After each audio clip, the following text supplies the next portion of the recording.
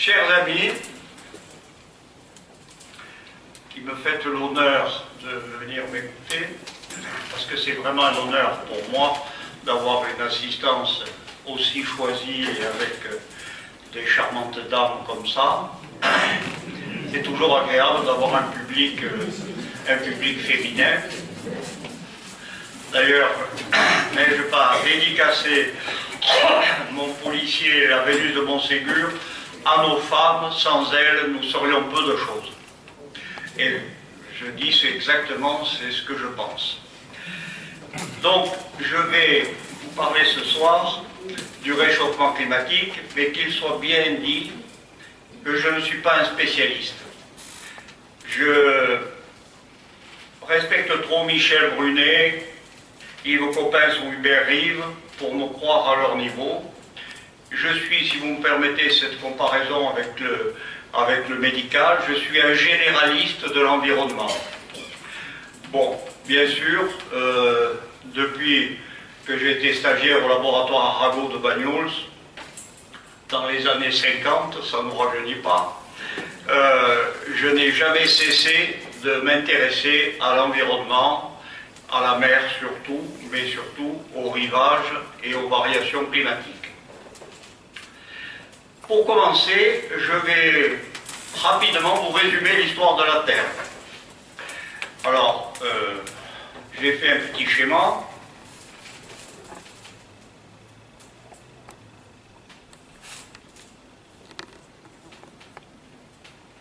Voilà. Alors, j'ai utilisé sur ce schéma les noms qui sont les plus connus, parce que primaire, secondaire, tertiaire, quaternaire, paléozoïque, mésozoïque, ça change tous les 3 ans. Actuellement, j'ai reçu il y a 2 jours un magnifique livre sur les variations climatiques à travers les âges. Ce livre exceptionnel reprend absolument tout ce que je vous montre là, mais tous les noms ont changé. Les espaces sont découpés pas tout à fait de la même manière, mais enfin, finalement, je crois que ce qui est aussi clair de vous les montrer comme ça. Alors, ça vous montre simplement une chose. Bon, la Terre a commencé à environ 7 milliards d'années, hein, en gros, tout le monde est d'accord là-dessus.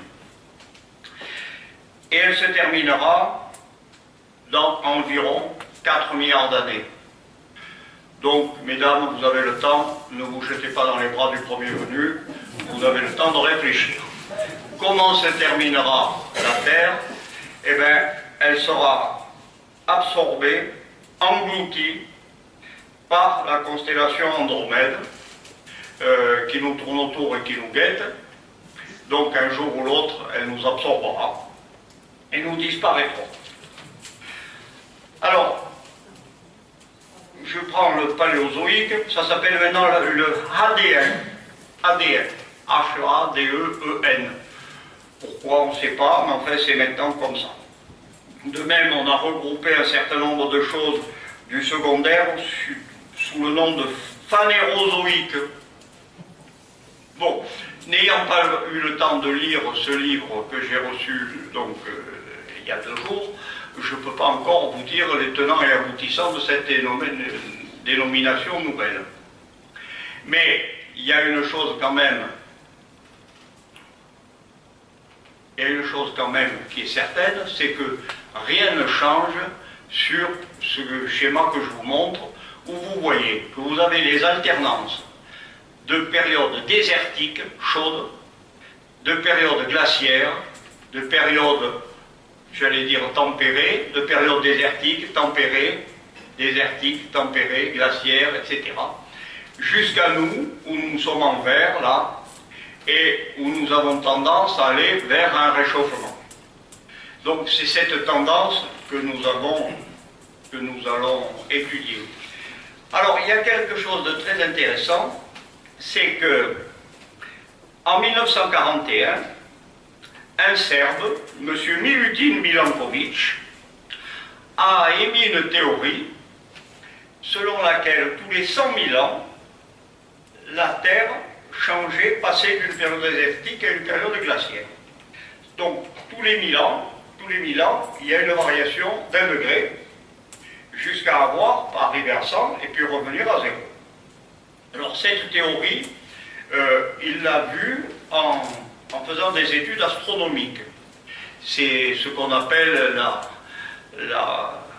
j'allais dire, je cherche le nom qui est maintenant, mais je ne m'en souviens plus, la paléoclimatologie astronomique, si vous voulez. Donc, il a émis cette théorie, et cette théorie vient d'être absolument vérifiée mathématiquement. Donc, en plus de ces grandes découpes qui font quelques millions d'années, tout ça quand même, on passe de moins 400 000 à moins 300 000, vous voyez, il y a 100 000 ans, et bien on passe d'une période tempérée à une période désertique, de nouveau une période tempérée, et puis à une période glaciaire. Donc, tout ceci, voilà où nous sommes, là, ici. Tout ceci pour vous dire que on rabat les oreilles avec l'homme a déclenché le réchauffement climatique. Je dirais premièrement que c'est faux. Le réchauffement climatique a commencé il y a longtemps, et il va se poursuivre indépendamment de l'homme. Par contre, ce qui se passe, c'est que l'homme l'accélère par sa vie, par ses rejets, par son utilisation de la Terre. Alors, qu'est-ce qui va se passer? Qu'est-ce qui va se passer dans les 50 prochaines années? Alors, pour l'étudier, on s'est penché sur l'étude du passé. Et, bien entendu, vous savez que les scientifiques ont horreur, à la différence de François Bluch, d'être des généralistes de la science. Il faut toujours qu'ils aient leur cadre à eux, et sur lesquels les autres ne doivent pas déborder sans autorisation. Donc, on a créé la paléoclimatologie, la géoarchéologie environnementale, l'archéozoologie, l'archéobotanique, et puis l'étude des glaces polaires. Tout ceci pour vous dire qu'on a étudié le passé, avec les moyens dont on dispose, pour prévoir l'avenir. Donc on a vérifié, en étudiant, le plus connu c'est les glaces polaires, c'est aussi le plus simple, on fait une carotte glaciaire qui descend de 7 à 800 mètres, et on regarde les couches superposées, et ça permet de voir les alternatives de périodes tempérées et de périodes glaciaires. Voilà. Donc, tout ceci nous a permis de prévoir ce qui va se passer dans les 50 prochaines années. Alors, qu'est-ce qui va se passer? Ben, il va se passer qu'on va avoir une augmentation progressive de la température. Ça, c'est inéluctable. Ça a déjà commencé donc il y a 100 000 ans, mais ça va continuer. À quoi est due la température que nous avons sur la Terre? Ben, elle est due à deux choses. Elle est due, d'une part, aux faisceaux de protons que nous envoie le Soleil, et qui frappent la Terre et qui sont à l'origine de la formation des nuages, et puis les radiations cosmiques qui sont dues à des noyaux lourds d'hydrogène, d'argent ou autres, qui sont dues à des explosions de supernovae. Et ces noyaux lourds viennent frapper la Terre, mais sont quand même déviés par le champ magnétique. Donc nous en attrapons qu'une certaine partie. Et en plus, ils sont opposés, c'est-à-dire ils détruisent les nuages. Donc on a d'un côté les protons du Soleil qui forment les nuages, de l'autre côté nous avons les rayons cosmiques qui les détruisent, et en plus nous avons quelque chose supplémentaire, ce qu'on appelle l'albédo, c'est-à-dire la réflexion, la chaleur dégagée de la Terre, qui est plus ou moins grande en fonction de son revêtement. C'est-à-dire, si nous avons des glaces, elles réfléchissent la chaleur, donc nous avons moins de température.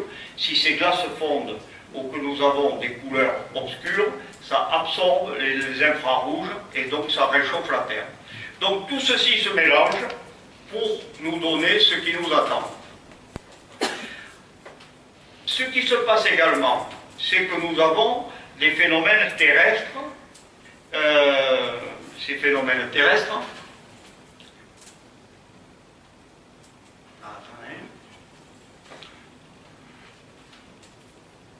alors je vous montre un peu ce qui se passe actuellement sur les glaces polaires.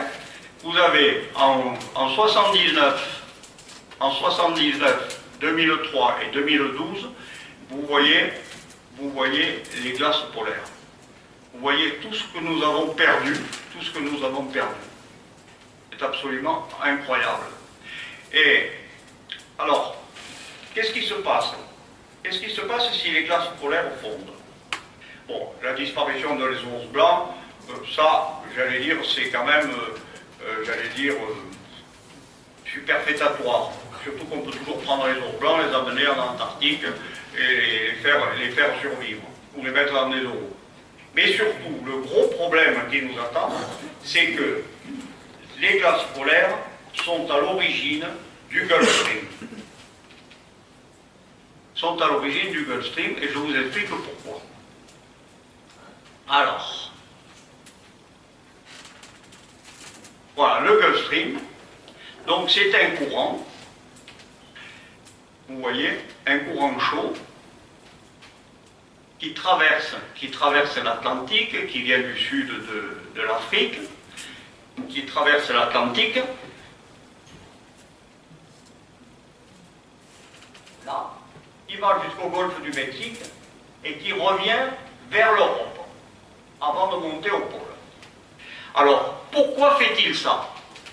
Eh bien, il fait ça parce que nous avons un phénomène tout à fait intéressant, c'est-à-dire que l'eau salée qui provient de la mer et qui est refroidie par les glaces a une densité plus lourde que l'eau douce, donc plus forte, donc elle descend au fond et ça aspire les eaux de surface qui sont moins salées, puisqu'elles résultent en partie de la fonte des glaces, et donc ça aspire les eaux du sud vers le nord.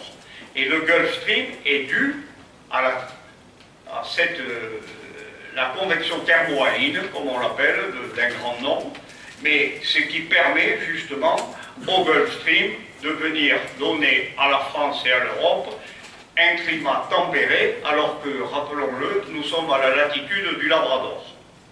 Alors, qu'est-ce qui va se passer si toutes les glaces polaires fondent? Le Gulf Stream va se ralentir et s'arrêter. À ce moment-là, nous allons hériter du climat du Labrador. Donc, il n'est pas dit du tout que dans notre région, l'Europe, on ait une augmentation de température. On va peut-être voir arriver le Père Noël avec ses rennes à Carcassonne et à Anzès. Et ça va revenir à ça. Ça, personne ne peut l'exclure. Alors, quand on vous dit la température va augmenter, c'est une possibilité, mais ce n'est pas sûr du tout. Par contre, ce qui va se passer, c'est que le niveau, comme le niveau général va se réchauffer, le niveau des mers par la fonte des glaces va augmenter, et nous aurons bien sûr des retentissements très importants que nous verrons tout à l'heure sur notre région Languedoc-Roussillon. Donc,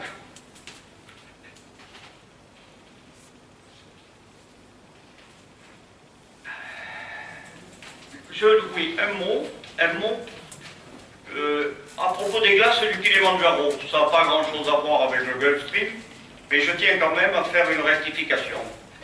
Monsieur Arthus Bertrand, dont je reconnais et j'admire la qualité des photos qu'il réalise partout, mais qui n'est pas du tout un scientifique, a dit que les neiges du Kilimandjaro avaient fondu. C'est entièrement faux. Les glaces du Kilimandjaro ne sont jamais montées au-dessus de moins 4 degrés et jamais une goutte d'eau n'est descendue du neige du Kilimandjaro le long de la montagne, on l'aurait vu. Qu'est-ce qui s'est passé? Elles ont été sublimées, c'est-à-dire la disparition des nuages, justement par les rayonnements cosmiques, la disparition des nuages au-dessus, a fait que la glace s'est transformée en gaz, mais elle n'a pas fondu. Donc, c'est totalement exclu de dire que les neiges ont fondu. Par contre, comme il y a un réchauffement très important de l'océan à proximité, il va y avoir un dégagement de nuages très important, et ces nuages vont, en montant, redonner de la neige, qui redonnera les neiges du Kilimandjaro. Donc, c'est à peu près sûr qu'elles ne disparaîtront pas, tout au moins dans l'immédiat.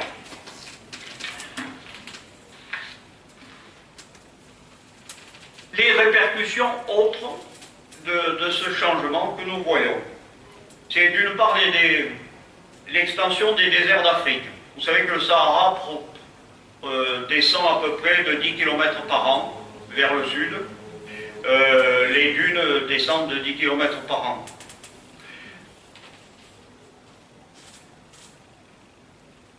Je n'ai pas de photo du Sahara, donc je ne peux pas vous donner. Je vais vous laisser. Bon, en attendant, on va rester là-dessus. Alors, il n'en veut pas. Bon. Voilà. Bon, donc on a une sécheresse et l'extension du désert d'Afrique, une sécheresse importante de toutes les régions, surtout du sud. Mais on voit ceci en Australie, on en voit aussi les répercussions aux États-Unis, en Californie, où des incendies absolument indescriptibles qu'on n'a jamais connus se produisent chaque année. Donc tout ceci vient de cette sécheresse. Il y aura aussi disparition de certaines forêts au profit d'une végétation qui reste encore à définir, on ne sait pas. On aura aussi ça c'est plus, ça nous touche moins, mais un déclin de certains amphibiens par perte d'habitat. C'est surtout en Asie où une vingtaine d'espèces d'amphibiens ont déjà disparu. On a de plus en plus de cyclones tropicaux parce que justement le réchauffement des océans entraîne des tourbillons qui entraînent des débuts de cyclones. Vous le voyez tous les jours à la télé. On a également, et ça c'est beaucoup plus grave, un réchauffement du permafrost. Alors le permafrost, ou pergélisol comme on dit maintenant, ce sont les glaces de Sibérie. Ce sont des glaces de Sibérie. Alors, il faut vous dire que ces glaces contiennent du méthane. Alors ça je vais vous montrer.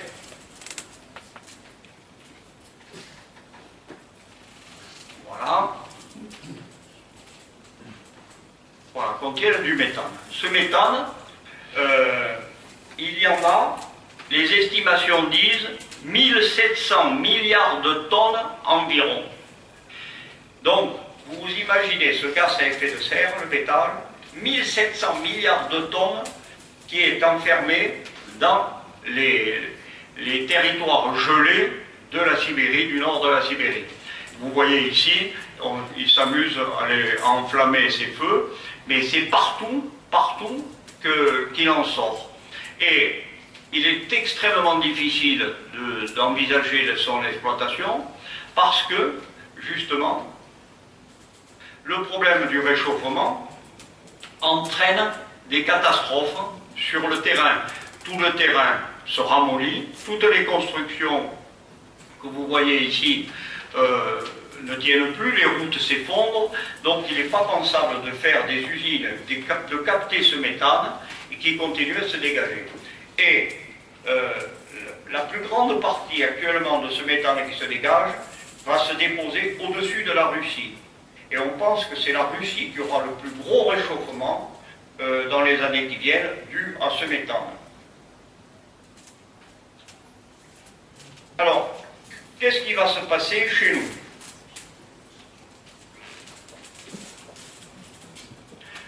Bon, chez nous, on va avoir donc une montée des eaux, ça c'est inéluctable, même si on reste, comme je vous l'ai dit tout à l'heure, au climat du Labrador, on aura une montée des eaux de la Méditerranée, plus aggravée par le fait qu'on a de plus en plus de vent du secteur sud. Il y a simplement une trentaine d'années, quand je me suis occupé de la station de Leucate qui était en formation, on avait 71% de vent du nord dans l'année. On en est à 58%. Il y a 30 ans, on disait, la tramontane, c'est 3,6,9. Maintenant, on a un jour de tramontane, le lendemain ou le surlendemain, on bascule au marin. Alors, ce qui se passe, c'est que le vent pousse vers la côte des vagues et de l'eau, et on va avoir une submersion très importante de toute cette côte. Ce qui fait que, vous avez ça ici en bleu, vous le voyez en bleu foncé, la côte telle qu'elle va se définir au pire, j'allais dire dans les 50 ans, on aura, tout sera inondé, tous les étangs vont confluer, nous n'aurons plus que les montagnes actuelles, le Cap d'Agde, la montagne de Sète, la Clappe, le Cap Leucate, le Cap Béart, etc. Tout le reste sera une zone de marécage plus ou moins confluent. Alors, on peut se dire, je me disais, moi, dans ma candeur naïve, ça va être bien pour l'ostréiculture, puisqu'on a des marais partout, on pourra très bien faire de l'ostréiculture en grand. Mais pas du tout. Parce qu'il y a un phénomène qui se surajoute à ça, c'est l'acidification de la mer. Quand je dis acidification, ce n'est pas une vraie acidification, c'est une baisse du pH. Les huîtres ne peuvent pousser, se développer qu'avec un pH de 7,20 à 7,26. Dès qu'on descend à 7,10, 7,15, c'est-à-dire toujours alcalin mais plus bas, les huîtres ne se reproduisent plus. Et d'ailleurs, c'est ce qui se passe sur la côte en Amérique du Nord, dans la côte des États-Unis, la côte atlantique des États-Unis, où pratiquement 60% des élevages d'huîtres ont disparu parce que toutes les huîtres sont mortes et ne peuvent plus se reproduire. Alors, ils sont en train, et je suis ça de très près, avec des collègues que j'ai là-bas, et un bureau d'études qui se trouve sur la Côte d'Azur, ils sont en train de sélectionner une espèce d'huître résistante qui permettrait de se reproduire avec un pH plus bas. Mais pour l'instant, ce sont des clones qui sont en laboratoire et aucune utilisation de type industriel n'a été faite. Donc, si vous voulez, il faut admettre que dans les 20 ans qui viennent, il n'y aura plus d'huîtres en Languedoc-Roussillon. Ça, c'est à peu près une certitude si on n'a pas cette nouvelle espèce.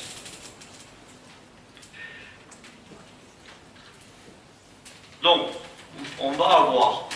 en plus, il y a un problème qui n'est pas mis, c'est pas le Languedoc-Roussillon, mais on a la Camargue.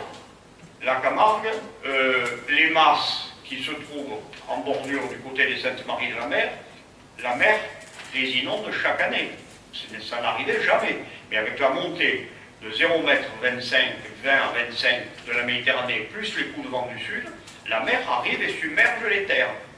Et en plus, elle ressalinise les étangs qui sont derrière, et donc la riziculture est complètement menacée. Et on pense, les plus pessimistes disent que d'ici 15 ans, il n'y aura plus de riz en Camargue. Alors, il y a des phénomènes qui peuvent modifier les choses. Par exemple, voilà, le Pinatubo en 1991. Le Pinatubo, cette éruption volcanique extrêmement violente, a rejeté dans l'atmosphère, vous voyez l'atmosphère là, la stratosphère, l'atmosphère ici, la stratosphère là, avant l'éruption, et après, vous voyez les couches qui se sont déposées, et tout ceci arrête les radiations qui proviennent du Soleil. Ça fait un écran.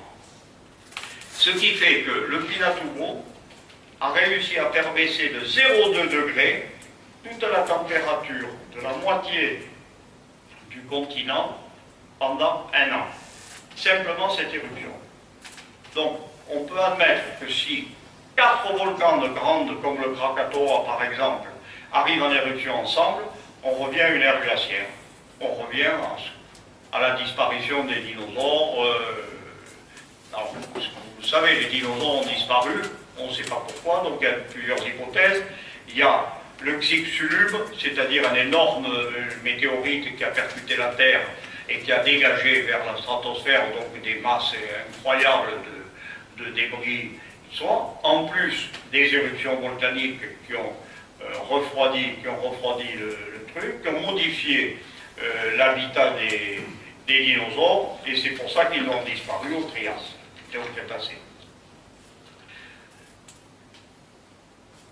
Bon.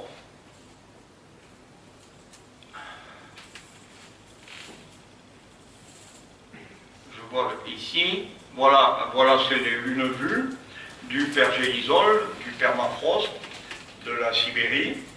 Actuellement, tout ça a été recouvert d'une couche d'1 mètre de glace. Maintenant, vous avez la végétation qui est à nu. C'est absolument incroyable. C'est des paysages qui n'existaient pas il y a simplement 15 ans. Alors on trouve, voilà, alors on voit apparaître des orifices, donc dans le permafrost, par lequel il sort du méthane, vous le voyez très bien, et puis voilà, vous avez aussi une vue qui est très nette de la glace qui reste en dessous de la partie qui est fondue dessus, et puis on voit apparaître donc des débris de mammouth, là une défense de mammouth qui a été mise à jour. Ce qui est plus grave, c'est ça. C'est qu'on a trouvé, dans ces parties qui ont dégelé, on a trouvé un virus géant. Un virus géant qui est pratiquement de la taille d'une bactérie. C'est-à-dire à peu près 200 fois plus grand que le plus grand de tous les virus actuels.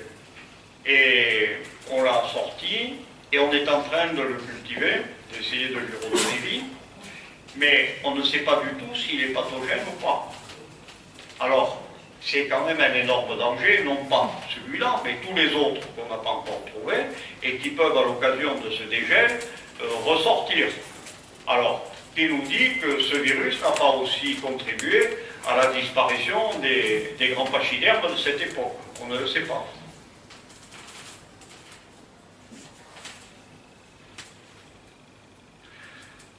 Alors, que peut-on faire? Que peut-on faire? Il y a plusieurs choses. Il y a d'une part, arrêter d'utiliser les énergies fossiles, parce que c'est elles qui rejettent le plus de gaz à effet de serre. Alors, les énergies fossiles, donc c'est le pétrole, et puis surtout, le pire, c'est le gaz de schiste. Alors, c'est le pire parce que lui, il détruit complètement l'intérieur de la Terre dans tous les endroits qu'il occupe, et elle met en danger surtout toutes les ressources en eau. Et ça, les Américains, ils s'en fichent, pourvu qu'ils aient l'argent, ils sont prêts à sacrifier leur pays, c'est absolument incroyable, mais il faut faire tous nos efforts pour empêcher, et tous ceux qui racontent qu'on peut utiliser une méthode qui permet de ne pas fracturer les roches et tout, ce n'est pas vrai. Et surtout, ne pas accepter qu'on fasse des essais, parce qu'en faisant les essais, justement, on risque de la catastrophe. Alors, il reste, on parle de la fusion nucléaire. Vous connaissez la fusion nucléaire, c'est quelque chose qui permet, au lieu d'utiliser la radioactivité simple de l'uranium ou du plutonium, c'est d'arriver à fondre les atomes avec un dégagement énorme d'énergie, et on vous dit qu'il n'y a pas de déchets. Il n'y a plus de déchets nucléaires, puisque le peu qu'on détruit, il est fondu, il a disparu. Mais il y a d'ailleurs un laboratoire mondial qui a été créé à côté de Marseille, qui fait des recherches là-dessus, et on pense que dans 30 ans, ça sera au point. À peu près 20 à 30 ans. Mais il y a un gros problème avec ce système, c'est la libération de tritium, c'est-à-dire c'est un hydrogène radioactif qui est absolument incontrôlable. On ne peut pas le confiner. Toutes les activités dues à la fusion nucléaire dégagent du tritium, et ce tritium, quoi qu'on fasse, partira dans l'atmosphère autour de la centrale. Alors c'est un danger gigantesque, et je pense qu'on ne peut pas courir ce risque. Autre chose, on a le photovoltaïque.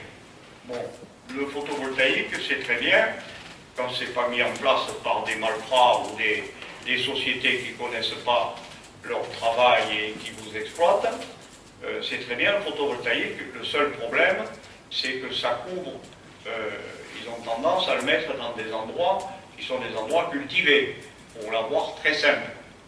C'est-à-dire qu'on met sur 40 hectares de terrain plat, on met le photovoltaïque, et on a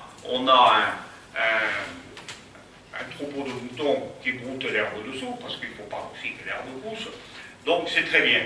Le problème, c'est que si on veut vraiment avoir 5 à 10% de photovoltaïque, c'est pratiquement un tiers de la France qu'il faut couvrir de panneaux photovoltaïques. Donc c'est pas possible. Les éoliennes. Alors les éoliennes terrestres, catastrophe, pour deux raisons. La première, c'est que elles défigurent le paysage, quoi qu'on fasse, hein, à part de les mettre dans des zones industrielles ou autres. Et surtout, le problème, c'est que quand elles ont fini leur vie, même si on les démonte, il vous reste 30 à 40 mètres cubes de béton sur place, qu'on n'enlève pas. Donc, tout ceci modifie de façon très importante la surface du sol.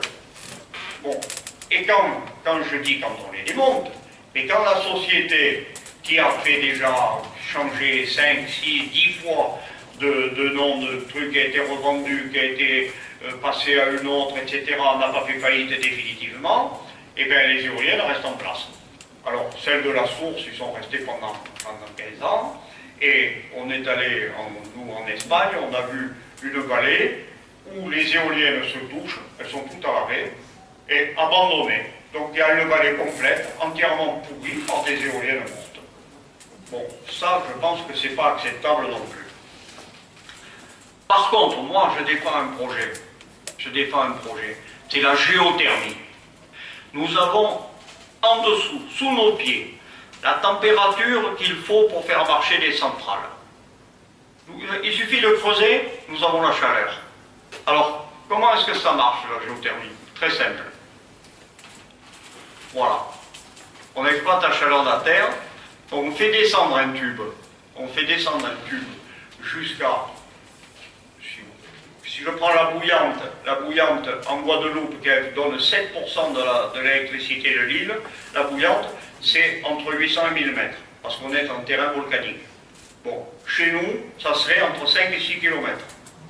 En 5 et 6 km, c'est rien de descendre à 6 km pour passer un tube. On fait descendre de l'eau dans ce tube, de l'eau froide. Avec la température qui est au fond, qui est de 200 degrés, on remonte sous forme de vapeur, on fait marcher une turbine. Alors, en son temps, moi j'avais proposé, avec mon regretté ami Michel Escande, le maire de Moussoulens, dans le site de Formica, parce que je m'occupais de Formica, je faisais les analyses, enfin, à l'époque, et quand Formica a plié bagage, j'avais dit, on a un site industriel pollué, on ne peut rien faire. D'ailleurs, ils l'ont dépollué vaguement et tout, pour faire des jardins d'enfants et tout, je ne sais pas ce qu'ils ont fait de mieux, mais enfin, on avait un terrain pollué. On avait le personnel qui travaillait chez Formica qui aurait fait marcher la centrale, parce que ces centrales ont beaucoup d'employés. Il faut compter 4 à 500 personnes pour une belle centrale géothermique. Vous vous rendez compte ce que ça fait travailler dans le coin. On avait les lignes électriques qui amenaient l'électricité de Carcassonne à Formica, qui auraient ramené l'électricité vers Carcassonne. En augmentant les câbles simplement, c'était possible. On avait tout. Eh bien, ça a été refusé parce que Quillan est classé en zone parasismique 2. Or, ces zones-là, c'est là où sont construites toutes les centrales de la vallée du Rhône. Mais le problème, le problème. On en a construit une en Alsace. Bon, il y a la bouillante, donc je vous dis, de la Guadeloupe. Et en Alsace, on en a une magnifique qui s'appelle... Je ne sais pas si je l'ai. Ah, voilà comment ça marche. Hein. Il s'appelle Soultz sous forêt, qui est opérationnel depuis 2010 et qui alimente l'équivalent de 140 communes. Et qui marche très bien. Il n'y a aucun risque. S'il y a un tremblement de terre, qu'est-ce qui va se passer? Ça va couper le tuyau d'eau. Bon, il faudra le refaire, d'accord. Mais il n'y a aucun risque, il n'y a pas de fuite radioactive, il n'y a rien. Et en plus, ça fait travailler tout le monde. C'est quelque chose qui est absolument merveilleux. Mais le problème, c'est que ça alimente 140 communes. Ils ne touchent rien. Alors qu'elles mettent 4 éoliennes sur leur truc, elles touchent les sous. Donc personne n'en veut de ça. Voilà. Alors, on vous dit que ça coûte trop cher. Ça coûte trop cher. C'est l'EDF qui dit ça. Ça coûte trop cher. S'il suffit que l'État décide qu'on va construire des usines géothermiques, il mettra la main à la pâte comme il met. Parce que vous croyez que le PR qu'on est en train de faire, de défaire et de refaire, qui coûte 8 milliards d'euros, alors qu'il devait coûter 3 milliards au départ, c'est pas de l'argent foutu en l'air, pour cette centrale qui peut-être ne marchera jamais. Bon, donc quand on veut mettre de l'argent quelque part, on le met. Eh bien, dans la géothermie, on peut le faire, on a tout pour le faire sur place, et on n'a que des avantages. Que des avantages. Alors, pour ce qui est des pays du tiers-monde. Alors, les pays du tiers-monde, le grand problème, c'est que plus ça se désertifie, plus ils ont tendance à émigrer vers le nord et à venir. Bon, il ne faut pas non plus passer sous silence le fait qu'il n'y a pas que la famine et la désertification qui les poussent à partir de chez eux. Il y a aussi les révolutions et les luttes religieuses. Bon, qui est peut-être le principal moteur. Et puis aussi, il y a quand même quelque chose d'extraordinaire, c'est que plus le pays est pauvre, plus la natalité augmente. L'homme est le seul animal de la création qui ne régule pas sa portée en fonction de ses ressources alimentaires. Plus il est pauvre, moins il a à manger, plus il fait des gosses. Alors, c'est vrai que c'est quelque chose qui est quand même... qui est gênant pour un spécialiste. On ne voit pas trop ce qu'on peut faire. Alors, la limitation de la démographie mondiale, les Chinois ont essayé. Ils ont dit un seul enfant par famille. Comme vous savez, les Chinois sont très attachés à la filiation par le mâle, c'est-à-dire le fils dans la famille qui reste, qui fait vivre les vieux jusqu'à leur mort, etc. On en a fait des films d'ailleurs de ça. Les femmes, elles, n'ont aucun droit là-dedans. Donc, toutes les filles qui naissaient étaient zigouillées à la naissance. Et c'était quelque chose qui était une règle absolue. Pratiquement, dès qu'il y avait un fils dans la famille, les filles étaient supprimées après. Bon, ils sont en train d'y revenir parce que comme il n'y a plus de femmes en Chine, ils sont obligés d'aller en chercher ailleurs. Ça ne règle pas quand même le problème. La deuxième chose, limiter le développement industriel anarchique. Alors, le problème de la taxe carbone, une escroquerie magnifique. Ça n'engage que moi. Hein. Alors, la taxe carbone, toutes les usines sont taxées parce qu'elles rejettent du CO2, donc elles sont taxées. Mais elles ont le droit d'acheter des droits à l'usine qui ne pollue pas.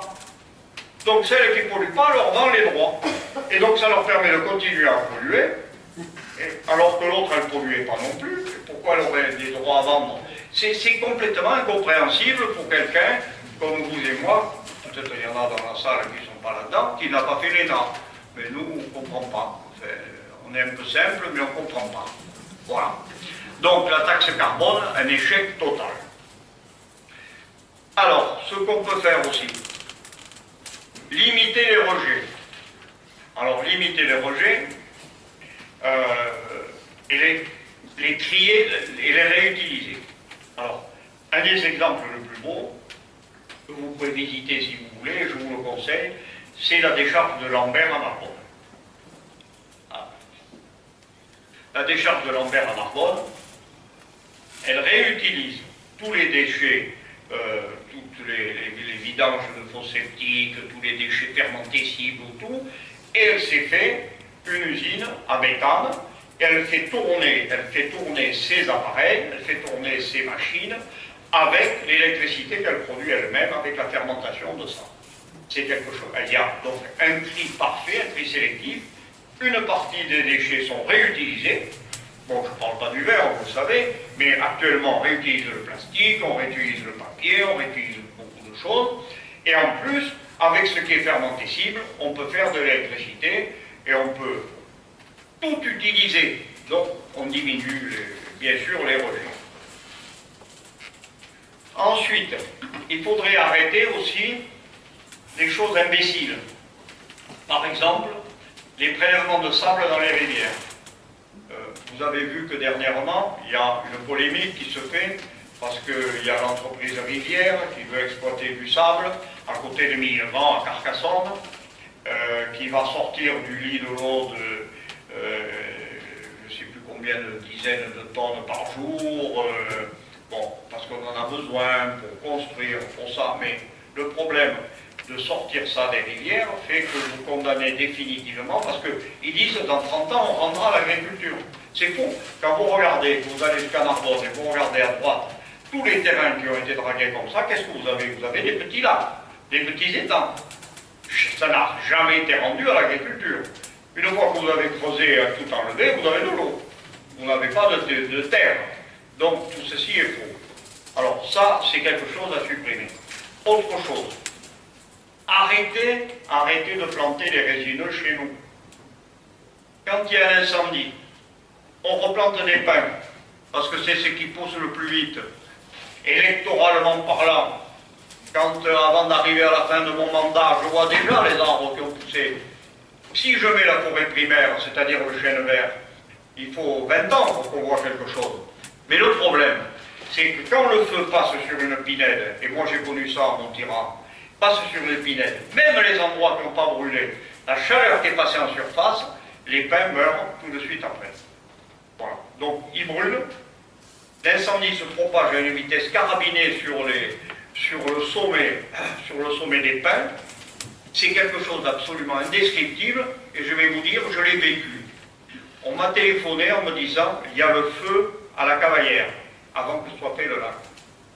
J'y suis allé, là où j'ai un chalet à Montirat, et effectivement, le feu était à la Cavaillère.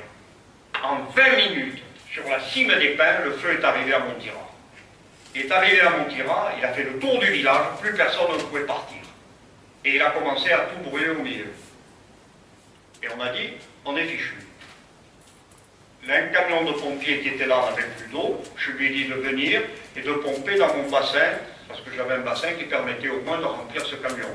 En venant, il a écrasé son tuyau sur la bordure du bassin. Bon, donc terminé. Et bien ils m'ont dit, mon pauvre, il ne reste plus qu'à prier. Et à ce moment-là, je ne sais pas si vous avez vu le film qui s'appelle Always, à ce moment-là, de cette fumée qui enveloppait absolument tout le village, j'ai vu sortir, et quand je dis sortir, plus bas que le village, une forme gigantesque qui tenait toute la largeur de la vigne. C'était un canadair, qui était, mais alors, 30 mètres d'eau, 40, qui est sorti du brouillard comme ça. On a plongé sous les camions, et il a arrosé tout le coin, et il a éteint l'incendie. Donc je suis encore là aujourd'hui. Voilà. Mais ce qui s'est passé après, c'est que les eaux et forêts ont replanté avec des pins. Alors moi je suis allé les voir, je leur ai dit, moi, si vous plantez un seul pin sur mes terrains, je le coupe au pied. Alors, ça, je l'ai écrit. Donc ils m'ont convoqué, ils m'ont dit, eh bien, sur vos terrains, on plantera autre chose. Donc si vous passez entre Montirat et la Cavaillère, entre le village et la Cavaillère, vous verrez qu'il y a des endroits où il n'y a pas de pin, où vous avez des cerisiers, vous avez des pruniers sauvages, vous avez des cèdres, vous avez de tout, mais il n'y a pas de pin. Voilà. c'est les endroits où j'ai réussi à faire éviter le maître des plaines. Alors, bon, qu'est-ce qu'on peut dire d'autre? On peut dire d'autre que là, notre fin est inéluctable. Comme disait un de mes amis préhistoriens, il disait, que je ne nommerai pas, l'humanité disparaîtra bondément. Bon, je n'irai pas jusqu'à dire ça, mais je dis que c'est à peu près sûr que le monde que nous avons connu actuel, le monde que nous connaissons avec ses océans, avec ses forêts, avec ses montagnes, avec tout, ça sera fini dans les 50 prochaines années. Ça va commencer à se modifier gravement et nous serons obligés de nous adapter. Nous adapter en prenant des mesures importantes, dont la première est peut-être de songer un peu à faire des choses valables plutôt que de faire n'importe quoi. Je crois que la géothermie, il faut vraiment pousser pour que ça se fasse et qu'on arrête de nous bourrer. Enfin, quand même, quand j'entends les partis écologistes disent qu'il faut qu'en France, d'ici 2 ans, il y ait 40 000 éoliennes qui soient construites, d'ici 2 ans, et à quoi on va ressembler avec des éoliennes partout? Sans parler, attendez, anecdote, sans parler du bruit. Alors, pour parler du bruit, j'ai fait des enquêtes publiques, notamment à Portel, où on voulait mettre des éoliennes sur le sommet de la montagne, le seul passage qu'empruntaient les Canadiens pour aller sur l'abbaye de Fontfroide. Le colonel de Marseille m'a dit, si on met les éoliennes là, Fontfroide brûle, on ne peut pas y aller. Donc, c'était déjà une erreur. Entre autres, il y en a eu plein. Et j'ai été même menacé de mort. Il a fallu 2 policiers pour me garder pendant un certain temps, parce qu'il y avait des menaces de mort partout, hein, pour moi. Bon, eh bien, à Portel, quand on est allé, le promoteur nous a pris un jour, les gens du village, de la mairie, plus le commissaire enquêteur, moi, et on est allé voir les éoliennes qui sont à côté, à l'entrée de Narbonne, là, je ne sais plus comment ça s'appelle, le Patelin, sur la montagne. Hein? Oui, voilà. Bon, on arrive, bon, ça tournait, ça faisait pas de bruit, c'était merveilleux. 3 ou 4 jours après, je reviens pour vérifier un certain nombre de choses, notamment de mesurer la hauteur de ces éoliennes, parce que celles qui étaient prévues sur le plan étaient des éoliennes de 85 mètres à Portel, 85 mètres, alors que celle-là ne faisait que 65 ou 70. Donc, comme on me disait qu'elles étaient de la même taille que celles de Port-la-Nouvelle et de ça, je voulais vérifier les tailles. Donc je reviens, j'arrive en haut, puisque n'importe qui peut y aller, et un bruit absolument infernal, et comme j'étais le seul avec une voiture, là, il y a un type qui était là en train de faire une maintenance, quelque chose qui sort, qui me dit bonjour, il me dit qu'est-ce que vous voulez? Bon, je lui dis rien, je viens voir un peu comme ça, mais il me dit, je lui ai dit la dernière fois que je suis venu, elle ne faisait pas ce bruit. Il me dit, vous êtes venu seul ou en groupe? Je lui dis en groupe. Ah, mais parce que quand il y a un groupe comme ça, on débranchait les dynamos. Voilà. Bon, pour vous dire l'honnêteté de tous ces gens. Bien, mais je crois que j'ai à peu près tout dit ce que je pouvais dire. Je serai heureux de répondre à des questions si vous en avez. Non.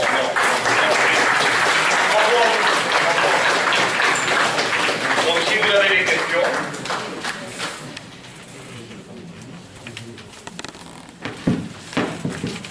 Je pense que des questions, il y en aura beaucoup, puisque ça va commencer tout de suite.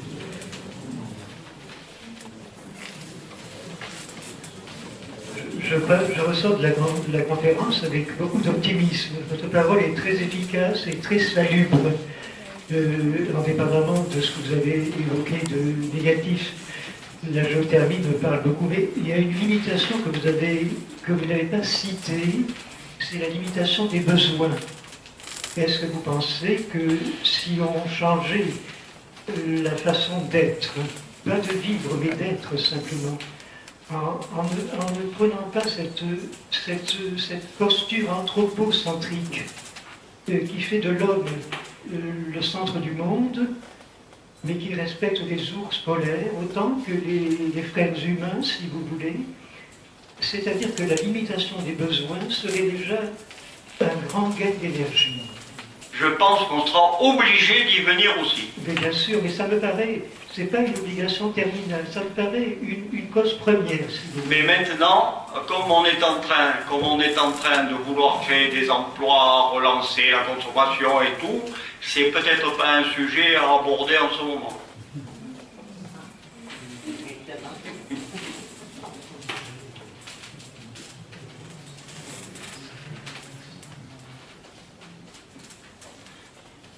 Est-ce qu'il y a d'autres questions?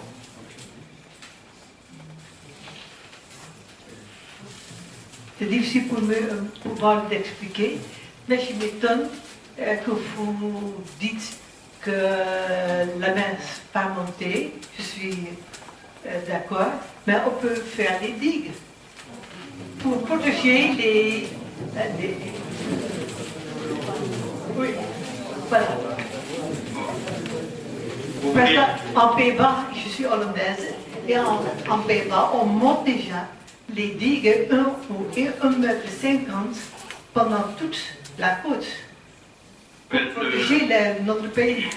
Le seul moyen efficace de protéger le désensablement d'une côte, c'est ce qu'ils ont essayé en Italie et qui marche très bien, c'est de faire une digue immergée à 1 mille, donc 2 km en mer. De faire une digue immergée. Parce que les vagues et le courant viennent heurter ces digues, repart vers le large, et une partie tourne autour de la digue en amenant du sable. Donc, non seulement elle n'enlève pas de sable, mais elle en ramène. Et alors, le seul inconvénient, c'est le coût de ces digues. Alors, je vous dis tout de suite qu'on envisage d'en mettre une du côté du Racou, puisque vous savez que actuellement dans les PO, après Argenay-sur-Mer, le Racou, la mer monte dans les maisons, il n'y a plus un assureur qui assure les villes, là maintenant là-bas. Hein. La mer monte là, chaque année, il n'y a plus de sable. Bon, à Leucate, vous savez qu'on avait tendance à draguer le port pour remettre du sable sur les plages. Malheureusement, malheureusement et heureusement, puisque je suis un peu fautif, on a créé le parc naturel marin qui va de Port-le-Cat au Cap Cerbère, du Cap-le-Cap au Cap Cerbère, et ce parc marin a de grands avantages, c'est-à-dire qu'il permet de limiter les constructions incontrôlées, de gérer eux-mêmes les bords de mer, parce que jusqu'à maintenant, seul l'État pouvait gérer le bord de mer jusqu'à la limite des plus hautes marées. Jamais les communes n'avaient le droit d'intervenir. Or, maintenant, les communes, avec ce parc marin, les communes ont le droit d'intervenir non seulement sur la côte elle-même, mais sur les fonds sous-marins jusqu'à disons 15 à 20 000 en mer. Donc, c'est un grand bien. Par contre, il y a un inconvénient, c'est qu'à Leucate, quand on a voulu draguer le port, eh bien, on a trouvé qu'il y a des espèces rares de petites bêtes comme ça qu'il ne faut surtout pas toucher. Donc on a arrêté les dragages. Alors, qu'est-ce qu'on va faire? Eh bien, on va aller reprendre les grandes nacres, qui sont toutes petites comme ça, et les repiquer ailleurs. On va essayer de voir toutes ces algues microscopiques qui sont que là, les sortir pour les mettre ailleurs. Tout ça, ça va demander des mois, pratiquement tout l'été, on ne pourra pas draguer le port. Donc la moitié du port va rester ensablé. Alors, vous voyez, quand on veut trop protéger, quelquefois, c'est comme les autoroutes qu'on dévie de 20 km à grand renfort de millions d'euros, parce qu'il y a une espèce rare qu'on a trouvée juste au moment qu'on a trouvé, par exemple, sur un arbre. On a trouvé une variété de lichen sur un chêne, qui n'existe que là, et bien on détourne l'autoroute. Bon, ça part d'une bonne intention, Mais à la limite, quand même, quand on regarde ça d'un peu haut, je trouve ça un petit peu ridicule. Avec les moyens qu'on a, on peut sortir tout l'arbre et aller le replanter ailleurs.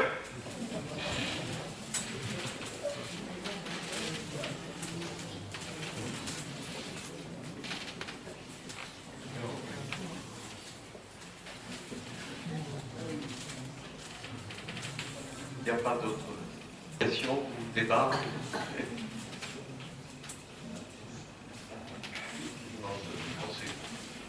On n'a pas abordé le problème des déplacements, enfin de tous les véhicules qui circulent. Je ne sais pas s'ils peuvent circuler, si la géothermie peut amener une solution à ça. Alors, le problème des véhicules, disons, il y a deux choses qu'on peut dire. Les bovins en France rejettent plus de méthane que tout le parc automobile réuni de CO2. Donc, là aussi, il y a des écolos qui disent végétariens, devenons végétariens, ne mangeons plus des bovins. Mais, attendez, non mais des fois moi je rêve, mais par contre, ils boivent des laitages. Et qui c'est qui va faire le lait? Alors, moi ça me laisse sans voix, des trucs comme ça. Alors, deuxième chose, les véhicules électriques. Bon, les véhicules électriques, actuellement, zéro. Par contre, les hybrides, la seule chose, c'est le prix. Le véhicule hybride est quand même un avantage, il rejette beaucoup moins de CO2 qu'un véhicule normal. Bon, donc, mais il vaut 2 à 3 fois le prix d'un véhicule normal. Donc, ça limite quand même son développement. Alors, si on veut faire que des véhicules électriques, bon, je veux bien, on y arrivera. Hein, on peut arriver à faire des véhicules électriques. Mais l'électricité, comment va-t-on la faire? On revient toujours au même problème. Si on ne fait pas de la géothermie, alors qu'est-ce qu'on va faire? Je voudrais dire une chose aussi, à propos de ces nouvelles techniques, et ces nouvelles technologies, comme les batteries, comme les éoliennes, comme le photovoltaïque. Avec quoi c'est fait? Est-ce que les ressources qui permettent de construire ces équipements sont infinies? Je ne pense pas. Je pense qu'elles sont limitées sur la Terre. Donc ce qu'il faut, c'est, ce que dit monsieur, c'est changer nos pratiques dès maintenant. Dès maintenant, faire du covoiturage, ça permettra d'avoir moins de voitures, réduire notre propre consommation d'électricité, ça permettra à la géothermie d'être plus efficace et d'avoir moins besoin de production d'électricité, de trier nos déchets, les réutiliser, et non pas voir les poubelles remplies par des choses en vrac. Ça, c'est notre rôle personnel, en plus du rôle politique et du rôle économique des gens qui décident de grandes actions, de grands plans. Et le covoiturage, ça va mettre en péril beaucoup de couples. Oui. Non, peut-être ça en formera d'autres. Peut-être ça en formera d'autres. Voilà. Est-ce que vous avez des questions? Oui. À propos de la géothermie, là, ça m'a vivement intéressé parce que je connaissais très mal, enfin j'en avais à peine entendu parler. Je voudrais simplement demander, l'eau, vous la prenez d'où? L'eau qui va dans les tuyaux? On la prend de l'extérieur. Oui. On la prend de l'extérieur. Mais il faut une rivière à proximité. Pardon? Une rivière, oui. Ou un lac, ou bien des eaux de pluie qu'on récupère, ou bien des puits pompés dans la nappe phréatique. Mais c'est pas des quantités astronomiques, hein. Ah bon, c'est pas des quantités astronomiques, hein. Ah non. Et en plus, on le rend à l'atmosphère sous forme de nuage. Une fois que ça fait tourner la turbine, ça repasse dans l'atmosphère. Donc il n'y a absolument rien de perdu. Et surtout, c'est dénué de tout risque. C'est ça quand même le problème. Merci. Alors, le jour de la bouillante, par exemple, la bouillante, c'est la centrale géothermique qui marche depuis 2006 en Guadeloupe, en Basse-Terre. Et elle a eu, au départ, il l'avait faite un forage à 600 mètres parce que c'était une zone très près de la mer et très volcanique. Et puis là, les terrains étaient relativement friables, ça n'a pas bien tenu, ils ont refait un forage ailleurs, maintenant c'est opérationnel, ça marche très bien.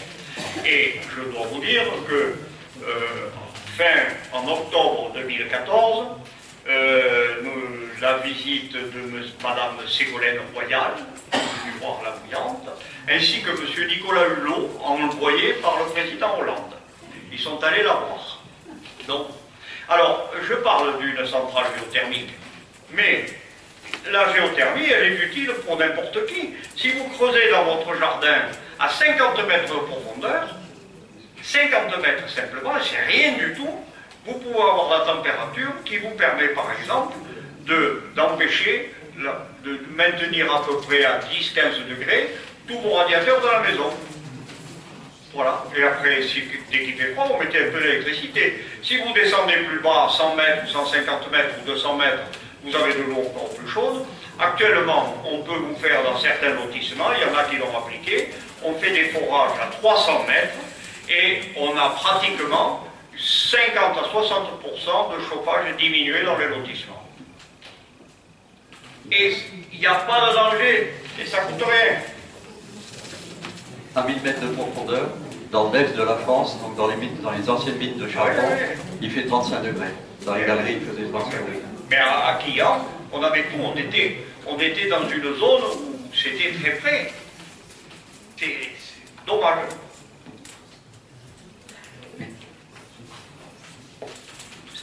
Je reviens à la charge. Je crois que le problème, il y a un problème qui peut se poser au niveau scientifique, technologique de la trépanation de la terre, du sol. Est-ce qu'il n'y a pas un risque, comme dans la fissuration des gaz de schiste, de fracturation, un risque de rupture des nappes phréatiques, des roches, si vous voulez, de sous-sol, et des modifications importantes de nappes phréatiques? Ça, c'est une première question que je me pose. La deuxième question, c'est aujourd'hui à la charge. Je pense que le problème est un problème non pas technologique, non pas économique, non pas social, sociologique. C'est un problème éthique. C'est un problème de besoin. Je reviens à la charge pour dire, je pense que c'est la solution. Il y a 200 ans, nous n'avions pas d'électricité, monsieur. Nous n'avions pas d'électricité. Moi, dans mon enfance, je m'éclairais à la bougie, chez mes grands-parents, vous voyez, et je n'en ai pas gardé un souvenir horrible. Je pense qu'il y avait des échanges, des veillées, ainsi de suite. Bon, je passe sur l'aspect poétique de la chose, ça devient folklorique maintenant. Mais c'est une réalité qui, dans beaucoup de pays du monde, est encore viable et valide. Donc je crois que cette notion de progrès que nous avons est une notion complètement idéologique. C'est une croyance qui, comme toute croyance, ne résiste pas au fait. Au fait. Voilà ce que je veux dire.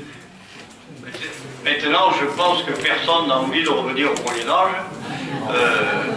Je crois que personne. Non, on a créé des besoins, on élève nos enfants dans ce besoin.